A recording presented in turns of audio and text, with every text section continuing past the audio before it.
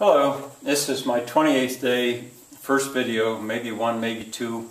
We'll have to see. It's Friday, it's the end of a lovely week, the weather's warm. Okay, well, I told you yesterday that I was going to take a turn. We've been working in the chronological survey, coming up through time, covered almost 1,000,000 years, really. And at the moment in my mind, we're at about 5,000 BC. But I'm going to stop, and I want you to go to a different place in your notes. I'll explain more why I'm doing this. But in your notes, you should have a section that says My Vocabulary Words. I think it's page 16.1. I think it's the 16th section, first page. Should at the top say My Vocabulary Words. Well, as an example of what I want you to do, I'm going to give you the first one. Let's say you were reading along and you hit a word whose meaning you didn't know. That's perfect. Well, it happened with me, but in the case I'm going to use, it wasn't that I was reading along. I was listening in class, 10th grade. Perfectly, possibly the best teacher I ever had in my life, a man named Richard Blanchard. We called him Doc. Richard Oscar Blanchard. He spoke it in class, 1961 I think. I was a 10th grader. He was this fabulous English teacher, probably the reason I went into English. Well, he said that etymology is the frosting on the vocabulary cake. Now, I've changed that to icing on the vocabulary cake because that was in New Hampshire, New England, and I think they called it frosting. Here in Pennsylvania, kids are more likely to call it icing, the very best part of the cake. Well, etymology is the frosting on the vocabulary cake. Cake is dessert. I love this image. Cake is dessert. A lot of people think it's the best part, and the frosting, that's the very best part of the best part.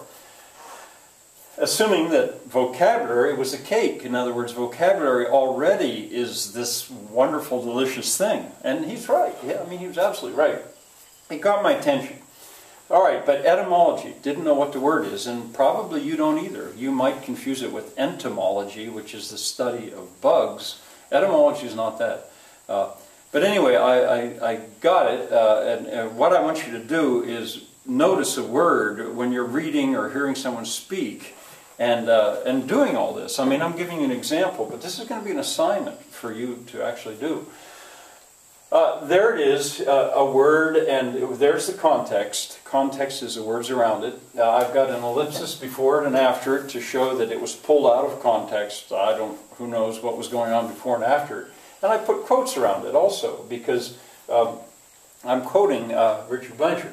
All right, I have a little one here. I don't know if you can tell that's a one. Well, halfway down the page, I put a wavy line and put a one over there. That makes the foot of the page, and here we have a footnote. And I want you to create a footnote. So you're ready to tell me, where did you see that word exactly, or where did you hear it? Well, the best I can do, this is a kind of an unusual one, is that Richard O. Blanchard spoke it. It was spoken in class in 1961. We called him Doc Blanchard. He's right in that list of the most influential men in my life. He would certainly be in the top 20, maybe in the top 10. We called him Doc. The rumor was, well, he'd gone to Harvard Graduate School, Oberlin College, I think, and he didn't get his doctorate because I think his thesis was rejected. I think that this is right. I never delved into it that much. I think he wrote a thesis on Henry David Thoreau, and it was rejected, which is very, very interesting because Thoreau fought with Harvard. I'll tell you about Thoreau later on. But anyway, we called him Doc, and we dearly liked him. Strange man, but wonderful. Dead now, of course. I bet you could Google him and find him. Richard Oscar Blanchard. Well, anyway, all right, there it is, etymologies. I've underlined etymology because that's the word in question. What word is it? To find the rest of it now, I've documented it, got the context. To find the rest of it, you've got to go into a dictionary. And there in the dictionary, we find out that the way you pronounce it is etymology. It's spelled right, and there's the syllable that's stressed, etymology, so I double underlined that as a way to show there, because it's part of your job. In class it was for the kids to be able to pronounce the word. I wanted them to be able to do that. This is very easy now with Merriam-Webster.com website. You put on your microphone, click on it, it'll actually speak it, even if you don't understand the symbol for pronunciation. So what is etymology? That's part of your, well, And I want you to know what part of speech is it. Very soon I'm going to be telling you that there are 8 parts of speech. And I want you to tell me what part of speech is that? Well, it's a noun. It's naming something. So we got a little N over it. Noun. Deities is a noun. All right, so it's a noun, and what does it mean? Well, you don't have to copy everything out in the dictionary as long as you understand. And sometimes I'll even shorten it when the kids give me words, this is not prepared. The kids, or you guys, ideally online as comments. So that would be wonderful if you'd give me words. I'm hoping for that. Anyway, it's the study of the history of words. Edema are the original forms of words. Ology, of course, is the study of, it's a study of edema. And in brackets I've got here that it comes from Greek. I want you to know that. Well, that, Greek, that is the etymology of the word etymology. That's where it comes from. It comes from Greek. All right, one other example, and then I'm hoping you'll understand. I try to go so fast because I don't want to take a lot of your time if it's not necessary. From a student's notes, I saw that we had the example of deities. Faith in deities in the country. I should have quotes, end quotes, yes. I suspect that I just pulled the book off a shelf and said, look, here's how easy it is. You just start to read a book in the middle anywhere, boom, you hit words you don't know. I'd say to the class, how many of you know what deities are? None of them knew, 8th graders. So now that ellipsis right there means I must have left something out. What, faith in the important deities of the country, something like that. I left that out. An ellipsis indicates something's omitted of the country.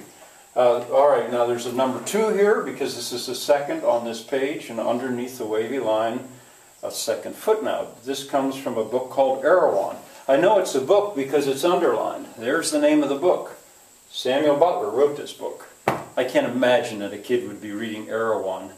It's encrypted nowhere. It's the word nowhere. It's a utopian work. It's a little obscure. I probably just had it on the shelf and opened it up. Page 110. So he's documented the source. If we need to go back and see if something isn't right about this information with the page, we can go right there. Now, of course, in real scholarship, you've got to say who was the publisher and more information as well, the year that it was copyrighted and stuff like that. But this is enough. The book, the author, the page. Or it could be a magazine or who spoke it. All right, we got it here. We look it up. We find out that it's a noun. It's plural. There's that N. Deities. It's stressed right there. What does it mean? Well, it means gods or goddesses. And where does it come from? Brackets like that is an indicator of etymology. And it comes out of Old French. It came into English out of Old French. It got into Old French out of Latin. So if you go back as far as they can go, the word deities comes from Latin.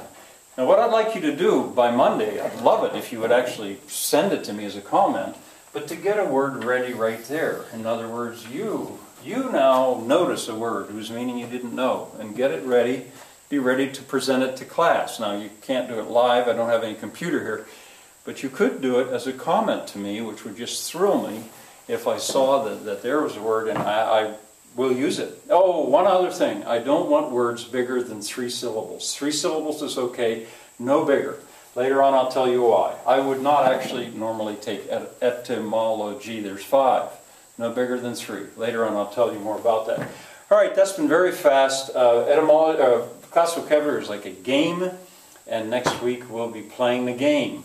It'll be interesting to see how it goes online. I don't know, but I don't see why we couldn't play the game online.